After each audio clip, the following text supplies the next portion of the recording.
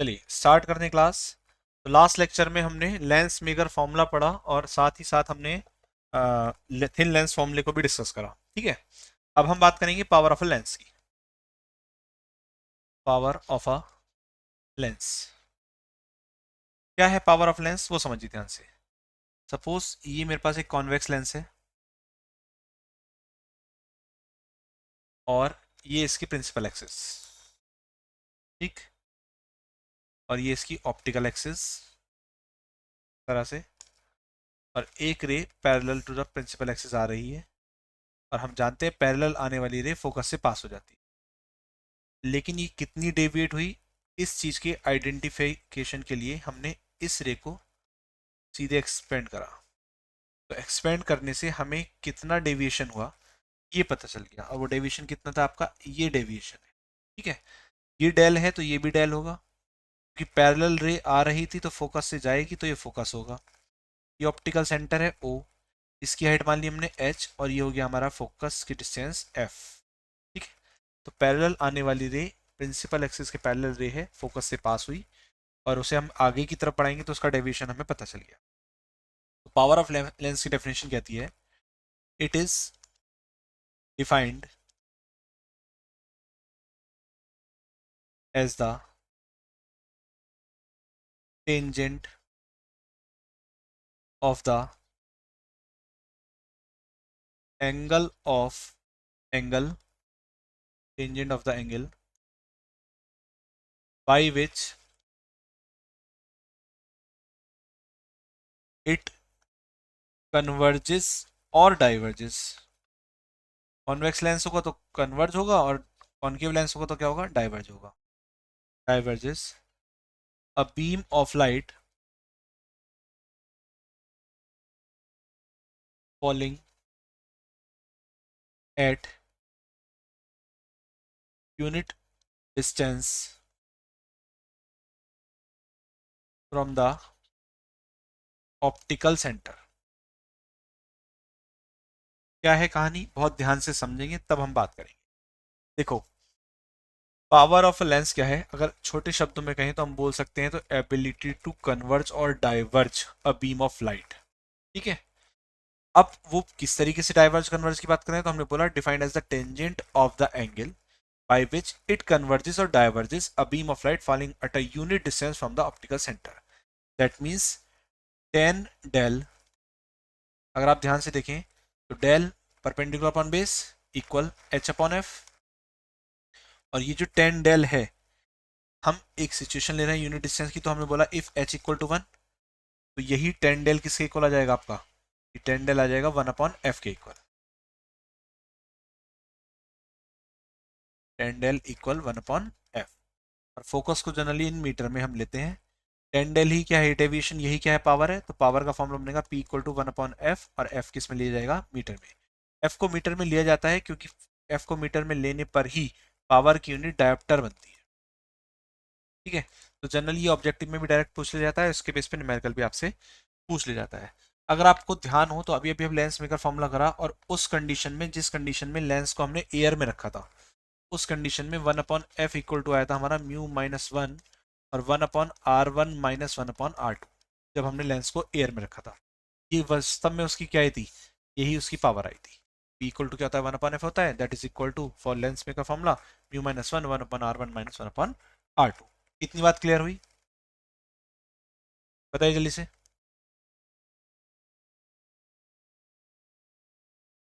चलिए अब आते हैं इक्विवेलेंट फोकल लेंथ पर। Equivalent focal length and power of two in lenses in contact. हम क्या कर रहे हैं, हमने दो कॉन्वेक्स लेंस लिए, और हम ये बोल रहे हैं कि दोनों के दोनों कॉन्वेक्स लेंस एक दूसरे के कांटेक्ट में है, तो शेप पे ना जाए, इन्हें कॉन्वेक्स लेंस ही समझें आप। ठीक है, और ये इनकी ऑप्टिकल सेंटर है। आपको मैंने बताया था जब भी दो की कंडीशंस होगी तो पहले से बनने वाली इमेज दूसरे के लिए ऑब्जेक्ट का काम करेगी।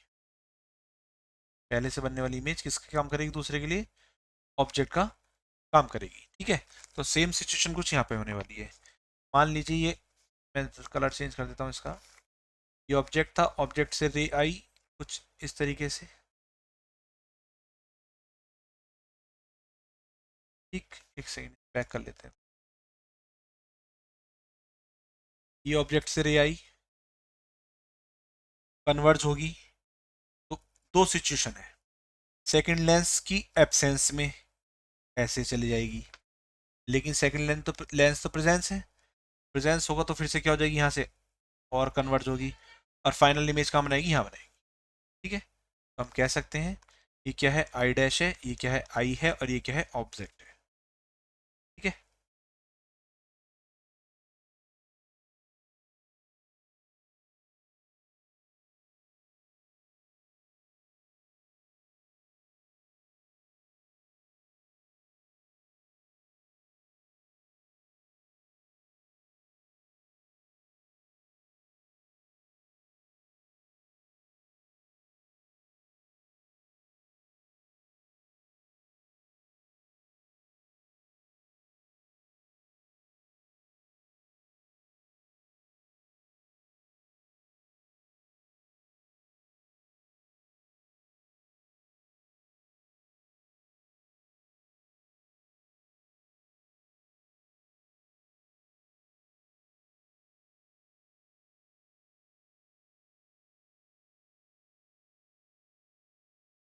नेट सर्वर डाउन होने की वजह से क्लास आउट हो गए थे हम, अभी इन हो गए।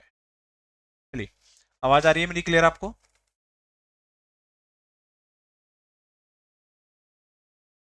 आवाज आ रही है आप लोगों को? चलिए देखिए यहाँ से, तो दो लेंसेज एक दूसरे के कांटेक्ट में हैं, तो अगर हम कहें कि पहले लेंस से बनने वाली इमेज दूसरे लेंस का किसका काम करेगी, ऑब्जेक्ट का काम करेगी। ठीक है, ये आपको पहले बता चुका था मैं, ये L1 है, ये L2 है। पहले लेंस की इमेज बनी V डैश डिस्टेंस पर, और दूसरे लेंस की इमेज बनी V डिस्टेंस पर, और ऑब्जेक्ट डिस्टेंस कितनी है आपकी, U है। ठीक, ऑप्टिकल एक्सिस के रेस्पेक्ट में। अब पहले लेंस की बात करते हैं। पहले लेंस के लिए फॉर्मूला लगाएंगे 1/f1 equal 1/v minus 1/u होता है, तो पहले की इमेज कहाँ बनी है, V डैश पे, माइनस 1/u, इक्वेशन नंबर 1। और सेकंड लेंस 1/f2 इक्वल, पहले से बनने वाली इमेज कितने पर है, दूसरे वाले से बनने वाली इमेज V पे है, लेकिन दूसरे वाले के लिए ऑब्जेक्ट का काम कौन कर रहा है, पहले वाले की इमेज, तो कितनी डिस्टेंस पर, V डैश पे, तो U की जगह क्या जाएगा, 1/v डैश आ जाएगा। Equation number 2। On adding equation 1 and 2, जैसे पहले और दूसरी इक्वेशन को ऐड करेंगे तो 1/v डैश से 1/v डैश कैंसिल हो जाएगा, ये कितना आ जाएगा, 1/f1 plus 1/f2 equal 1/v minus 1/u। सही है, और 1/v माइनस 1/u ही क्या होता है, 1/f होता है according to thin lens formula. Equal to कितना हो गया, 1/f1 प्लस 1/f2। तो अगर इक्विवेलेंट फोकल लेंथ निकालनी हो दो लेंसेज की जो एक दूसरे के कांटेक्ट में रखे हुए हैं, तो आपको कुछ नहीं करना, पहले की निकालिए, दूसरे की निकालिए, और 1/f1 प्लस 1/f2 करके उन्हें ऐड कर दीजिए। और अगर आपसे पावर पूछ ली जाए तो देखो, ये हो जाएगा P1, ये हो जाएगा P2, इक्वल टू क्या हो जाएगा, P। तो आपको इंडिविजुअल लेंस की पावर निकालनी है और उन्हें एल्जेब्रिकली ऐड कर देना है। अगर आपके पास n लेंसेज कांटेक्ट में है तो P1 प्लस P2 और plus P up to Pn, ये तो हो जाएगी नेट पावर। और सिमिलरली अगर n लेंसेज कांटेक्ट में तो इक्विवेलेंट फोकल लेंथ हो जाएगी 1/f equal to 1/f1 plus 1/f2 और plus dot dot dot plus 1/fn। इतनी बात समझ में आई सबको? बोलिए जल्दी से, क्लियर है बाकी बच्चों को भी? हमने पहले वाले के लिए लेंस फॉर्मूला लगाया, दूसरे वाले के लिए लेंस फॉर्मूला लगाया, और दोनों को ऐड कर दिया और फाइनल आंसर आ गया हमारा। ठीक है, ओके। नाउ अब सेकंड केस है इसका, थिन लेंसेज सेपरेटेड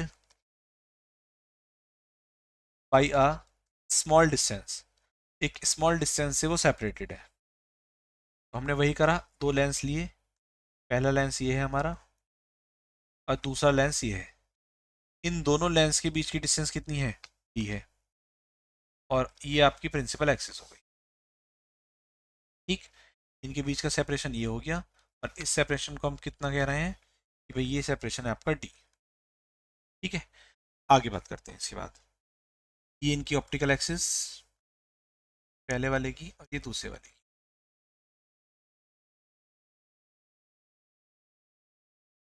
कुछ इस तरह से पैरेलल आने वाली रे, ये पैरेलल रे आ रही है, ये पास होगी, कहाँ जाएगी, फोकस पे जाएगी। मान लीजिए ये फोकस पर इस तरीके से यहाँ पर आ गई। ठीक है, अब एक सेकेंड इसे थोड़ा सा और सही करके बना देते हैं, कलर चेंज करके। पैरेलल आ रही है तो कहाँ जाएगी, फोकस पे जाएगी, ये फोकस पे चली गई। ये फोकस पे सीधी सीधी कब गई, जब आपका सेकंड लेंस एब्सेंस था, लेकिन यहाँ तो सेकंड लेंस प्रेजेंस है, तो यहाँ से भी और कन्वर्ज होगी और कन्वर्ज होकर फाइनल लोकेशन यहाँ आ जाएगी। ठीक है, तो ये आपकी फाइनल लोकेशन आ गई। यहाँ पर फाइनल इमेज का फॉर्मेशन का हुआ, यहाँ पर हुआ। इनकी नेमिंग कर देते हैं। ये आपका फोकस था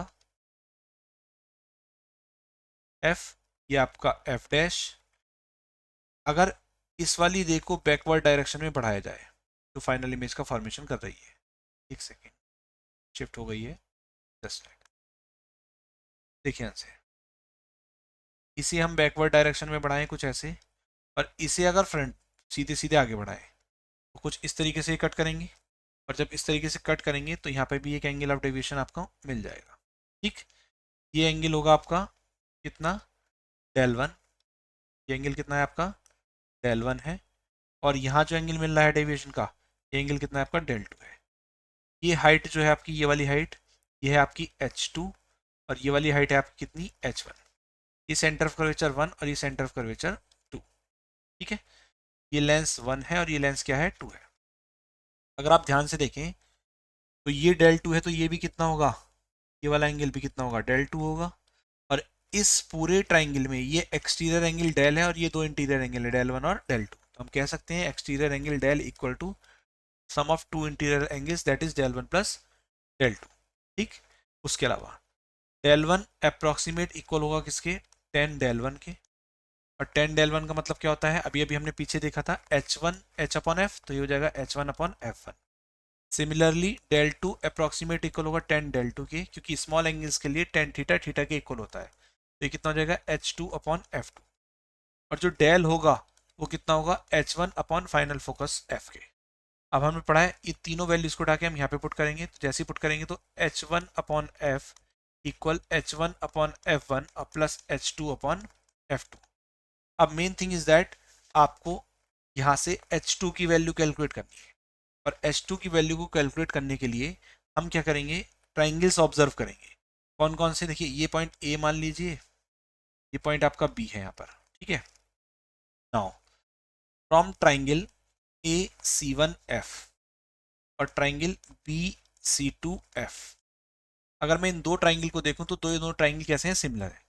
ए सी वन और F, B C two F, ये 90 और एफ एंगल कॉमन हो गया। दो कंडीशंस के बेस पे दोनों ट्राइंगल कैसे हो गए, सिमिलर हो गए। सिमिलर ट्राइंगल का साइड रेशियो क्या होता है, इक्वल होता है। तो ये कितना हो जाएगा, A C one divide by C one F equal B C two divided by C two F. इनकी वैल्यूज पुट कर लेंगे आप। ए से लेके सी वन कितना है आपका, एच वन है।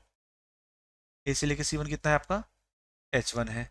सी वन से एफ तक की डिस्टेंस एफ वन। सिमिलरली ये कितना है आपका, एच टू है। और सी टू से एफ तक की डिस्टेंस कितनी है, एफ वन माइनस डी है। ठीक, यहाँ से एच टू की वैल्यू कितनी आ जाएगी आपकी, एच टू की वैल्यू आ जाएगी आपकी यहाँ से H one times of F one minus D और डिवाइडेड बाई कितना आपका, एफ वन। इस एच टू की वैल्यू को उठा के हम कहाँ रख देंगे, इस इक्वेशन पर रख देंगे। जैसे ही इस इक्वेशन में इस वैल्यू को पुट करेंगे तो हमारे पास आएगा ये H one upon F, H one upon F equal H one upon F one और प्लस एच वन और ये कितना, F one minus D divided by F one. H one H one H one दोनों तरफ से common लेके cut जाएगा, ये कितना बचेगा, one upon F equal one upon F one plus, देखो एफ वन से एफ वन कट जाएगा यहाँ पे, एक सेकंड, यहाँ पे एफ टू और होगा। ठीक है, क्योंकि एक वैल्यू पहले से थी यहाँ पे एफ टू, तो ये कितना हो जाएगा, इसकी एंट्री अंदर करा दीजिए, F one upon F one F to that is one upon F two और माइनस के D upon F one F to. तो अगर दो लेंसेज आपके डी सेपरेशन पर रखे हुए हैं तो उनकी जो इक्विवेलेंट फोकल लेंथ होगी वो कितनी होगी, one upon F equal one upon F one plus one upon F two minus के D F upon F one F two. और इसे अगर आप पावर की टर्म्स में चेंज करेंगे तो वन अपॉन एफ क्या होता है, पी। इक्वल, ये कितना हो जाएगा P1 प्लस P2 और माइनस के D times of P1 P2। तो आप याद रखेंगे ये इंपॉर्टेंट फॉर्मूला है न्यूमेरिकल पर्पज से। आपको बोलेगा कि दो लेंसेज हैं जिनकी फोकल लेंथ f1 f2 है और वो इतने सेपरेशंस पर रखे हुए हैं, आप उनकी नेट पावर निकालिए। तो आप सबसे पहले उन फोकल लेंथ के करस्पॉन्ड में पावर निकालेंगे P1 P2, डी सेपरेशन की वैल्यू लेते हुए फॉर्मूला लगाएंगे P equal to P1 plus P2 minus के D times of P1 P2। इतनी बात यहाँ तक समझ में आई सबको? बताइए जल्दी से, क्लियर है इतना? चलिए वेरी गुड। अब हम एंट्री करते हैं प्रिज्म में। देखिए ध्यान से, प्रिज्म, प्रिज्म क्या है? प्रिज्म एक वेज शेप्ड पोर्शन है किसका? एक ट्रांसपेरेंट रिफ्लेक्टिंग मीडियम का, जो बाउंडेड है दो प्लेन फेसेस से और जो एक दूसरे के इंक्लाइंड है। That means like that. अगर मैं इसे ड्रॉ करना चाहूँ कुछ इस तरीके से हम इसे ड्रॉ कर सकते हैं। ठीक है? एक तो पोर्शन ये वाला और एक पोर्शन इसके पीछे वाला, ये रिफ्रैक्टिंग एजेस होती हैं। ये मैं लिख सकता हूँ इसे यहाँ पे, क्या आपकी रिफ्रैक्टिंग एज, ये है आपका एंगल ऑफ प्रिज्म और ये इसका बेस है। ठीक, जनरली जब भी हम रिप्रेजेंट करेंगे तो इसे कुछ इस तरीके से कर देंगे, ए बी सी, यहाँ पर ये आपका एंगल ऑफ प्रिज्म होगा, एंगल ऑफ प्रिज्म। ठीक है, अब हम बात करते हैं किसकी? रिफ्रैक्शन की। किसके थ्रू? प्रिज्म के थ्रू। देखिए ध्यान से,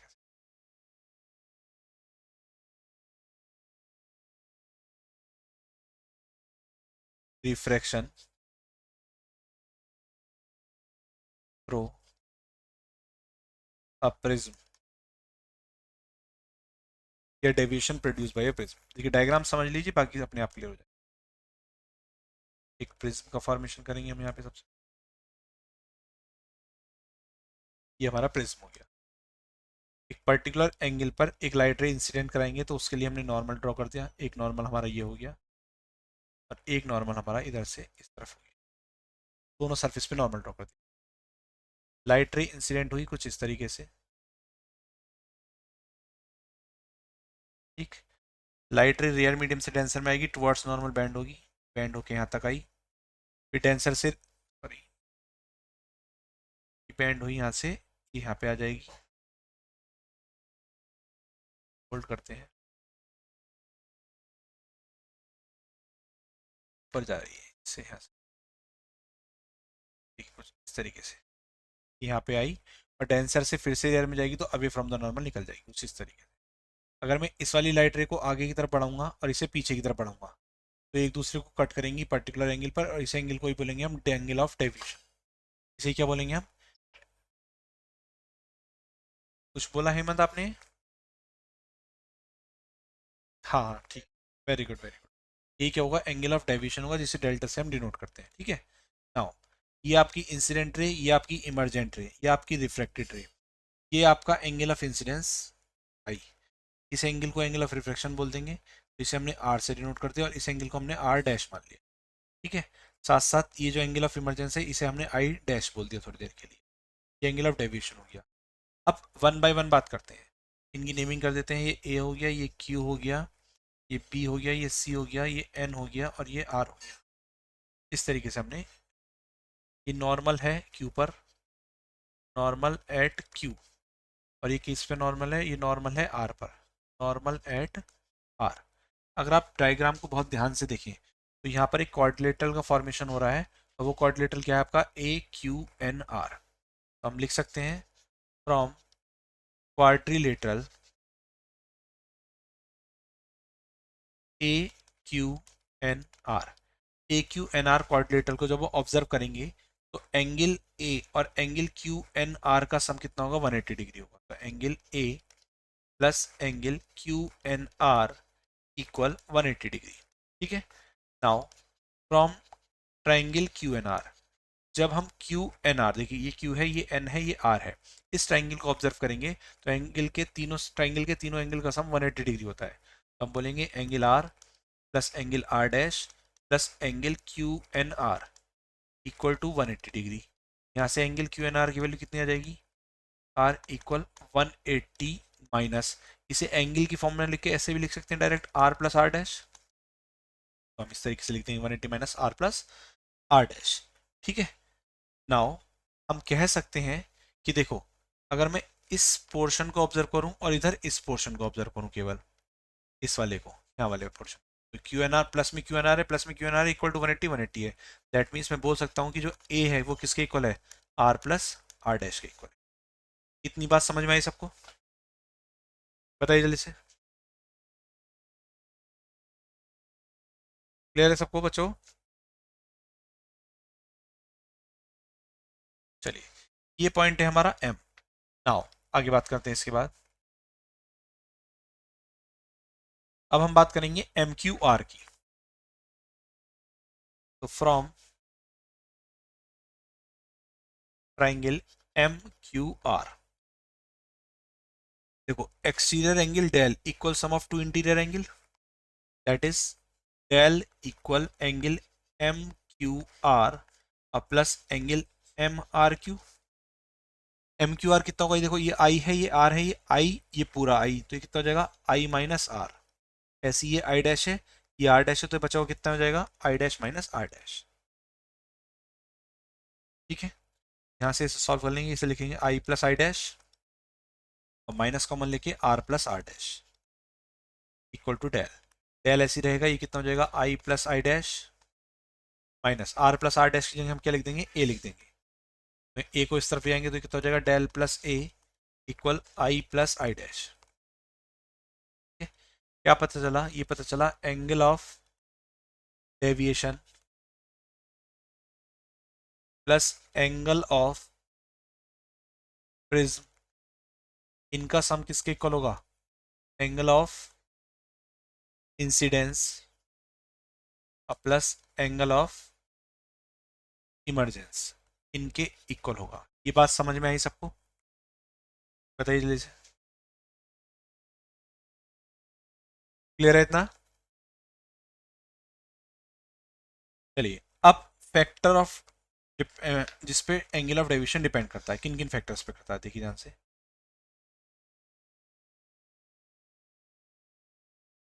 factors on which angle of deviation depends, किन किन फैक्टर्स पे करता है। पहला फैक्टर है angle of incidence, angle of incidence. दूसरा फैक्टर है आपका material of prism, material of prism. तीसरा है आपका wavelength of light use, of light used. और चौथा एंगल ऑफ प्रिज्म। इन चार फैक्टर्स पर आपका एंगल ऑफ डेविएशन डिपेंड करता है कि आपका एंगल ऑफ इंसिडेंस क्या है, मटेरियल ऑफ प्रिज्म क्या है, वेवलेंथ ऑफ लाइट यूज क्या है और एंगल ऑफ प्रिज्म क्या है। इन चारों में से जो पहला फैक्टर है एंगल ऑफ इंसिडेंस, इसके बेस पर ही आपको प्रैक्टिकल कराया जाता है। ठीक है, एंगल ऑफ इंसिडेंस और डेविएशन एंगल के बीच में ग्राफ प्लॉट करवाया जाता है। Different different angle of incidence को लेके आपका different different angle of deviation मिलते हैं, और वो मिलने के बाद में जो फाइनल ग्राफ मिलता है वो कुछ इस तरीके से मिलता है आपका। अगर ग्राफ आपका इस तरीके से मिल रहा है तो आपका एक्सपेरिमेंट सही है, अदरवाइज आपका एक्सपेरिमेंट गलत होता है। ठीक है, ये आई इक्वल आई डैश,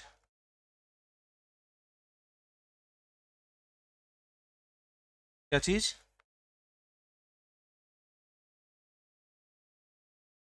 हाँ बिल्कुल बिल्कुल, मैंने आपको देखो, मैंने आपको क्या बोला, आई डैश क्या है, एंगल ऑफ इमरजेंस, तो आप इसे ई से भी डिनोट कर सकते हैं, आपके पर डिपेंड करता है।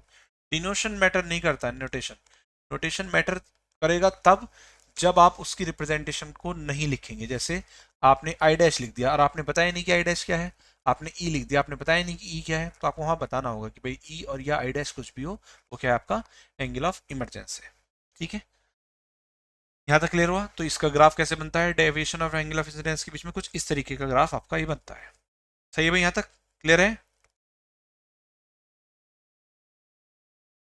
चलिए, एक क्लास रिलेशन प्रिज्म से रिलेटेड वो और डिस्कस कर लेते हैं।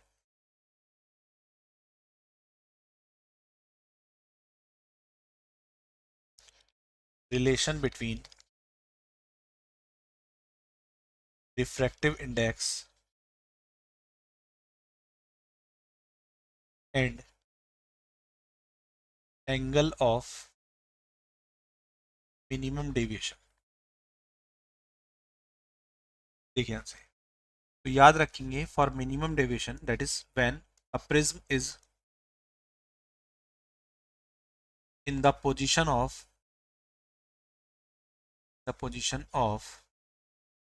minimum deviation, a ray of light passes symmetrically parallel to the base। ये जो लाइन लिखी है मैंने, ये ऑब्जेक्टिव की भी लाइन है कि फॉर मिनिमम डेविएशन चार ऑप्शन दे देगा कि लाइट रे ऐसे जा रही है, एंगल ऑफ इंसिडेंस इतना है, ये है, या लाइट रे जो है पासेस है किसके, पैरेलल टू द बेस के। तो आपको याद रखना है, लाइन भी इंपॉर्टेंट है, इसीलिए मैंने लिखी है थ्रू द प्रिज्म। और जब ऐसा होगा सो दैट ऐसी कंडीशन में आई किसके इक्वल होगा, आई डैश के, और आर किसके इक्वल होगा, आर डैश के, और डेल को हम क्या लेंगे, डेल एम लेंगे। ठीक है, तो हमारी इक्वेशन आई थी A plus del equal I plus I dash. हमें हो जाएगी A plus del M equal to I, यहाँ से आई की वैल्यू कितनी आ जाएगी, A plus del M divided by two, क्या गई आई। हमने पढ़ा था A equal to R plus R dash, इस इक्वेशन में इस वैल्यूज को पुट करेंगे तो A equal to two R आ जाएगा। यहाँ से ए की वैल्यू कितनी आ जाएगी, आर आर डैश दोनों बराबर है, ए इक्वल टू कितना आ जाएगा आपका टू आर, आर की वैल्यू कितनी आ जाएगी ए बाई टू। आपको निकालना है म्यू, म्यू इक्वल टू क्या होता है, sine I upon sine R, that is sine A plus del M by two और divided by sine A by two. ये आ गया आपका रिफ्रैक्टिव इंडेक्स। क्लियर है इतना? बोलिए जल्दी से, बाकी बच्चों को भी क्लियर है भाई?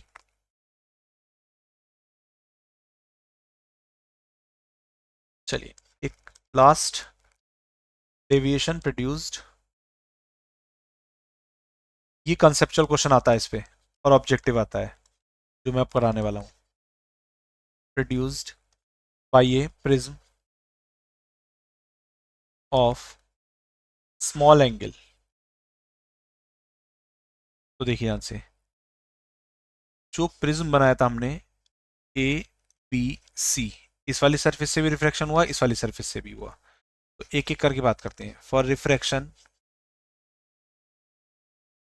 एट फेस ए बी, तो mu equal to sine I upon sine R, general condition upon sine R, और स्मॉल एंगल्स के लिए आई और आर, साइन आई आई हो जाएगा और साइन आर आर हो जाएगा, तो यहाँ से आई की वैल्यू कितनी आ गई, म्यू आर आ गई। फिर same for refraction at face A C, जब हम ए सी फेस की बात करेंगे तो mu equal to sine I dash divided by sine R dash equal I dash upon R dash. तो यहाँ से आई डैश की वैल्यू कितनी आ जाएगी आपकी, mu times of R dash, I dash आ जाएगा आपका कितना, mu times of R dash. ठीक है, हमने पढ़ा है A plus del equal I plus I dash, यहाँ से डेल की वैल्यू निकालूंगा तो कितना आ जाएगा, I plus I dash minus A, I कितना है आपका म्यू आर, आई डैश कितना है म्यू आर डैश, और माइनस ए, यहाँ से म्यू कॉमन ले लेंगे कितना आ जाएगा, R plus R dash minus A, और आर प्लस आर डैश ही क्या है आपका, ए है, minus A, that is del equal to कितना आ गया, mu minus one times of A. The most most most important relation, याद रखेंगे, मोस्ट इंपॉर्टेंट रिलेशन है। ठीक है, इस रिलेशन को डायरेक्ट ऑब्जेक्टिव में भी पूछा जाता है, इस रिलेशन के ऊपर बेस्ड कंसेप्चुअल क्वेश्चंस पूछे जाते हैं। वो आपको डिफरेंट डिफरेंट लाइट देगा कि रेड लाइट के लिए, वायलेट लाइट के लिए। जैसे एक क्वेश्चन आया था, एक यहाँ पे जो मैं स्कूल है उसका एक पेपर है मेरे पास, मैं क्वेश्चन पढ़ता हूँ, आप लोग जरा थोड़ा सा ध्यान से सुनेंगे। Just a second. Question is,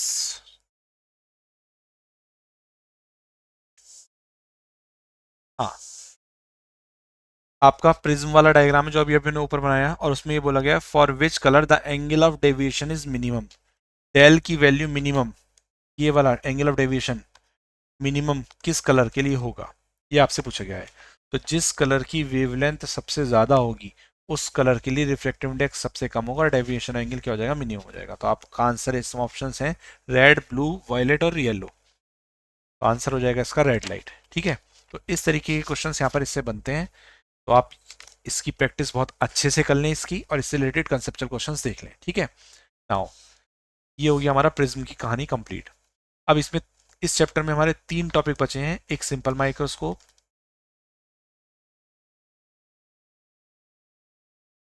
simple microscope, एक कंपाउंड माइक्रोस्कोप,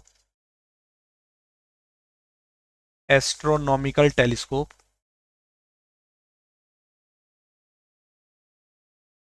कैसेग्रेन, कैसेग्रेन टेलीस्कोप और न्यूटोनियन